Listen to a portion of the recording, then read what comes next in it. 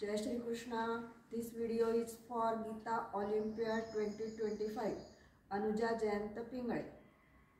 11वा अध्याय. ओम श्री परमात्मने नमः. श्रीमद्भगवद्गीता अथैकादशोऽध्यायः. अर्जुन उवाच.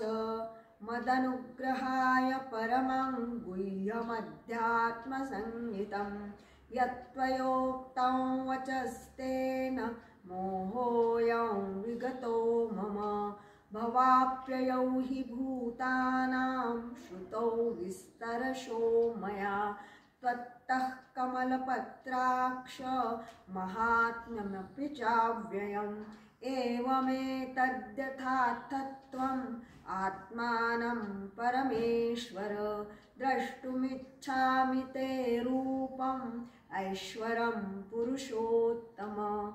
मन्यसे यदि तच्छक्यं मया द्रष्टुमिति प्रभो. योगेश्वर ततो मे त्वं दर्शयात्मानमव्ययम्. श्रीभगवानुवाच. पश्य मे पार्थरूपाणि शतशोऽथ सहस्रशः. नानाविधानि दिव्यानि नानावर्णाकृतीनि च. पश्यादित्यान् वसून् रुद्रान् अश्विनौ मरुतस्तथा. बहून्यदृष्टपूर्वाणि पश्याश्चर्याणि भारत. इहैकस्थै जगत्कृत्स्नं पश्याद्य सचराचरं. मम देहे गुडाकेश यच्चान्यद्द्रष्टुमिच्छसि. न तु मां शक्यसे द्रष्टुम् अनेनैव स्वचक्षुषा. दिव्यं ददामि ते चक्षु पश्य मे योगमैश्वरम्.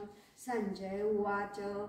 एवमुक्त्वा ततो राजन् महायोगेश्वरो हरिः दर्शयामास पार्थाय परमं रूपमैश्वरम्. अनेकवक्त्रनयनम् अनेकाद्भुतदर्शनम्. अनेकदिव्याभरणं दिव्यानेकोद्यतायुधं.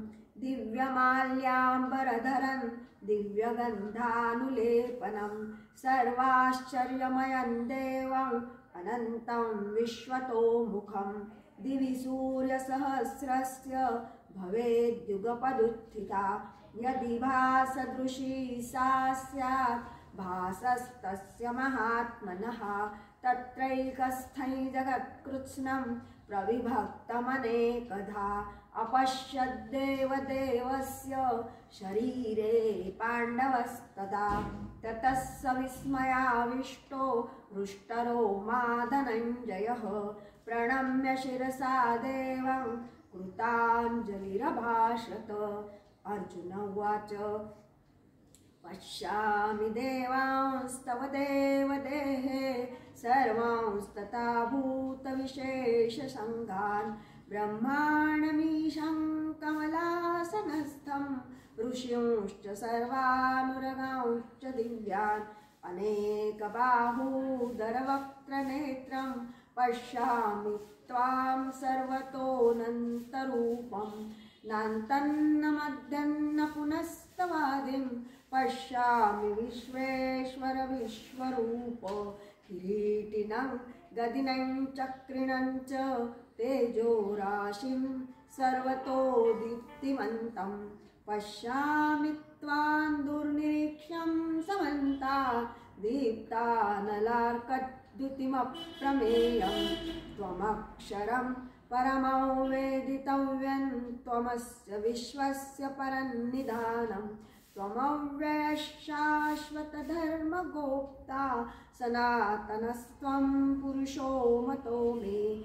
अनादिमध्यान्तमनन्तवीर्यम् अनन्तबाहुं शशिसूर्यनेत्रं. पश्यामि त्वां दीप्तहुताशवक्त्रं स्वतेजसा विश्वमिदन्तपन्तं. या वा पृथिव्योरिदमन्तरं हि व्याप्तं त्वयैकेन दिशश्च सर्वाः.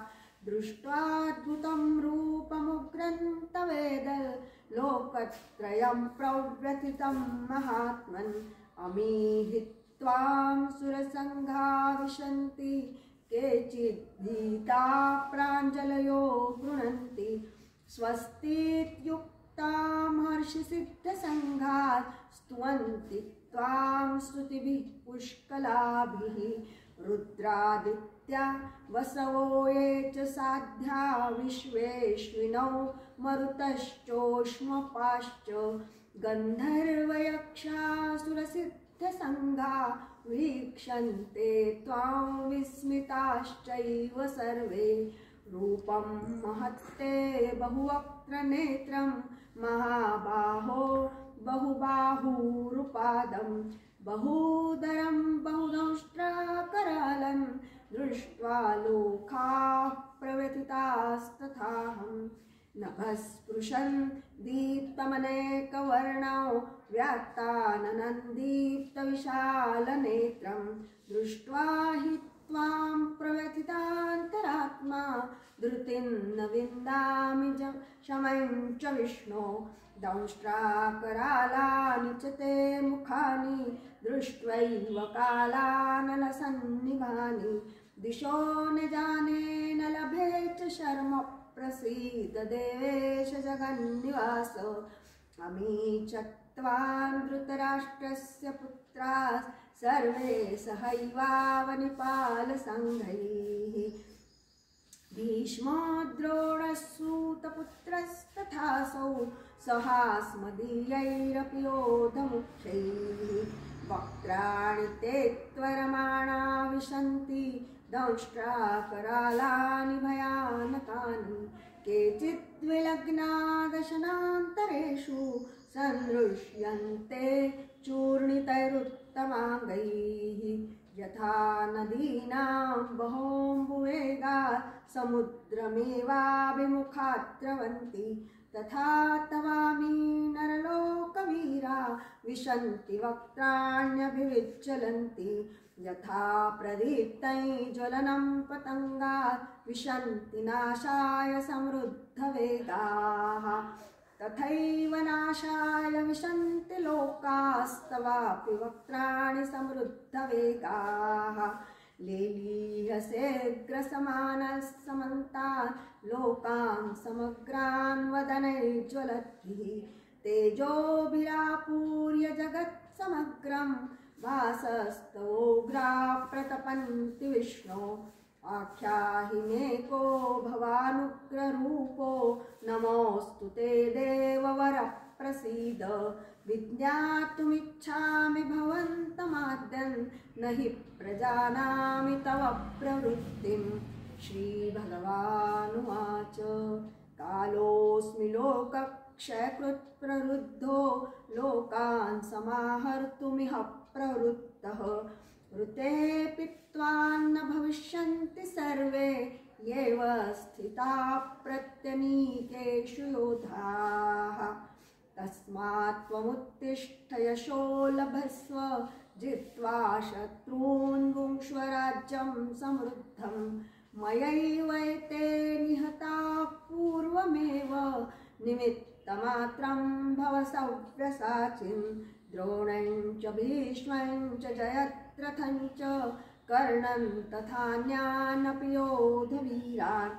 मया हतास्त्वयि जहिमा व्यथिष्ठा युद्धस्व जेतासि रणे सपत्नान् सञ्जय उवाच एतच्छ्रुत्वा वचनं केशवस्य कृताञ्जलिर्वेपमानः किरीटी नमस्कृत्वा भूय एवाह कृष्णं सगद्गदं भीतभीतः प्रणम्य अर्जुन उवाच स्थाने ऋषिकेश तव प्रकीर्त्या जगत्प्रहृष्यत्यनुरज्यते च रक्षांसि भीतानि दिशो द्रवन्ति सर्वे नमस्यन्ति च सिद्धसङ्घाः कस्माच्च तेनानमेरन्महात्मन् गरीयसे ब्रह्मणोऽप्यादिकर्त्रे अनन्तदेवेश जगन्निवासत्वमक्षरं सदसत्तत्परं यत् त्वमादिदेवः पुरुषः पुराणस्त्वमस्य विश्वस्य परन्निधानं वेत्तासि वेद्यै च परै च धाम त्वया ततं विश्वमनन्तरूपो वायुर्यमोऽग्निर्वरुणः शशाङ्कः प्रजापतिस्त्वं प्रपितामहश्च नमो नमस्तेऽस्तु सहस्रकृत्वः पुनश्च भूयोऽपि नमो नमस्ते नमः पुरस्तादथ पृष्ठतस्ते नमोऽस्तु ते सर्वत एव सर्व अनन्तवीर्यामितविक्रमस्त्वं सर्वं समाप्नोषि ततोऽसि सर्वः सखेति मत्वा प्रसभयदुक्तं हे कृष्ण हे यादव हे सखेति अजानता महिमानन्तवेदं मया प्रमादात् प्रणयेन वापि यच्चावहासार्थमसत्कृतोऽसि विहारशय्यासनभोजनेषु एकोऽथवाप्यच्युत तत्समक्षन् तत्क्षामये त्वामहमप्रमेयं पितासि लोकस्य चराचरस्य त्वमस्य पूज्यश्च गुरुर्गरीयान् न तत्समोऽस्यभ्यधिकः कुतोऽन्यो लोकत्रयेऽप्यप्रतिमप्रभाव तस्मात् प्रणम्य प्रणिधाय कायं प्रसादये त्वामहमीशमीड्यं पितेव पुत्रस्य सखेव सख्युः प्रियप्रियायार्हसि देव सोढुम् अदृष्टपूर्वं हृषितोऽस्मि दृष्ट्वा भयेन च प्रव्यथितं मनो मे तदेव मे दर्शय देवरूपं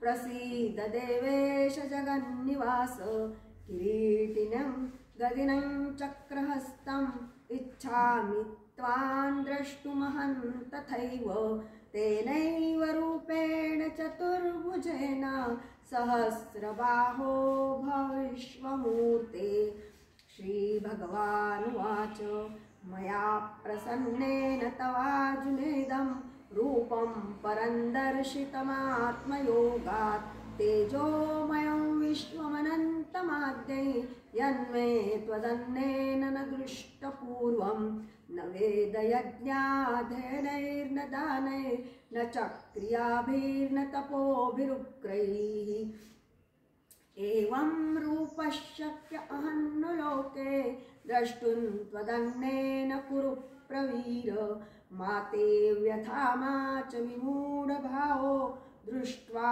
रूपं घोरमीदृं ममेदं व्यपेतभिप्रीतमना पुनस्त्वं तदेव मे रूपमिदं प्रपश्य संजय उवाच इत्यर्जुन वासुदेवस्तथोक्त्वा स्वकं रूपं दर्शयामास भूयः आश्वासयामास च भीतमेनं भूत्वा पुनः सौम्य वपुर्महात्मा अर्जुन उवाच दृष्ट्वेदं मानुषं रूपं तव सौम्यै जनार्दन इदानीमस्मि संवृत्तः सचेता प्रकृतिं गतः श्रीभगवानुवाच सुदुर्दर्शमिदं रूपं दृष्टवानसि यन्मम देवा अप्यस्य रूपस्य नित्यं दर्शनकाङ्क्षिणः नाहं वेदैर्न तपसा न दानेन न चेच्छया शक्य एवं विधो द्रष्टुं दृष्टवानसि मां यथा भक्त्या त्वनन्यया शक्य अहमेवं विधोऽर्जुन ज्ञातुं द्रष्टुं च तत्त्वेन प्रवेष्टुं च परन्तप मत्कर्म कृन्मत्परमो मद्भक्तः सङ्गवर्जितः निर्वैरः सर्वभूतेषु यः स मामेति पाण्डव। ॐ तत्सदिति श्रीमद्भगवद्गीतासु उपनिषत्सु ब्रह्मविद्यायै योगशास्त्रे श्रीकृष्णार्जुनसंवादे विश्वरूपदर्शनयोगो नामैकादशोऽध्यायः। ॐ श्रीकृष्णार्पणमस्तु।